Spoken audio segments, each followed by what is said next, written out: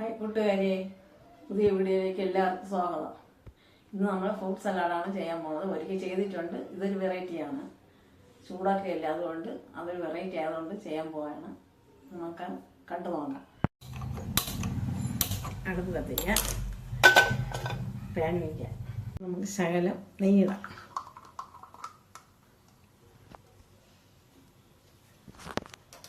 സേമിയ വറുത്തത്,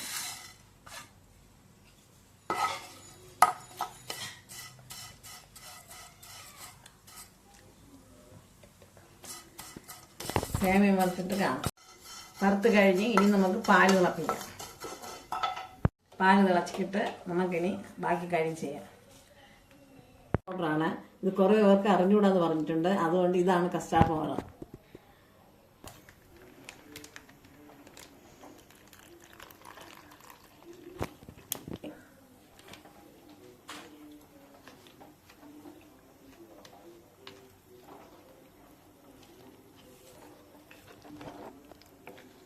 കലക്കിയിട്ടോണം ഒഴിക്കും, അല്ലെങ്കിൽ അടിയിൽ പിടിക്കും കട്ട കലങ്ങാതെ. അതുകൊണ്ട് കലക്കിയിട്ടോണം ഒഴിക്കാൻ. നമുക്കിനി പാല് തിളയ്ക്കാറായി. ഇനി നമുക്ക് ഈ സേമിയയില പൊട്ട് കൊടുക്കാം.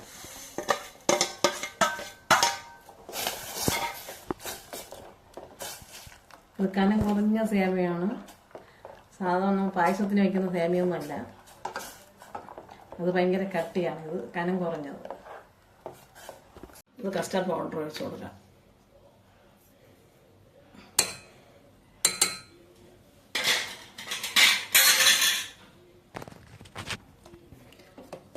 ഒഴിച്ച ഉടനെ ഇളക്കിക്കോണം, അല്ലെങ്കിൽ അടിയിലിട്ട് ചെയ്യും.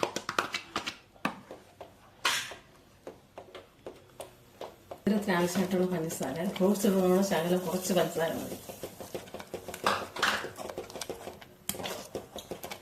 ഇനി നമുക്ക് ഇത് വാങ്ങി വയ്ക്കാം. മതി. റെഡി ആയിട്ടുണ്ട്. ഇനി നമുക്കതിന് ബാക്കി ഫ്രൂട്ട്സ് ചേർക്കാം. ആപ്പിള്, ഈന്തപ്പഴം,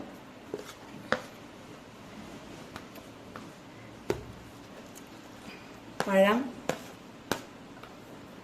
പൈനാപ്പിൾ,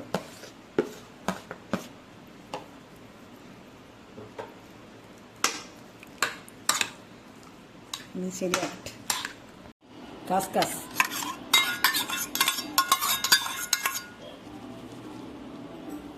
അണ്ടിപ്പരിപ്പും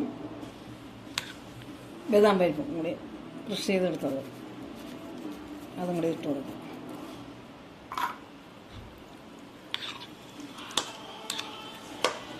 അങ്ങനെ നമ്മൾ ഫ്രൂട്ട് സലാഡ് റെഡി ആയിരിക്കുന്നു.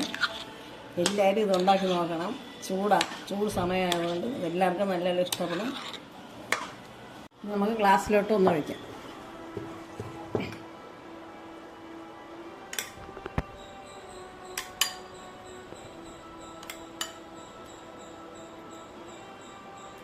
രാവിലെയൊക്കെ കഴിക്കണമെങ്കിൽ പിന്നെ രാവിലത്തെ കാപ്പിക്ക് പകരം ഇത് ഇതായി.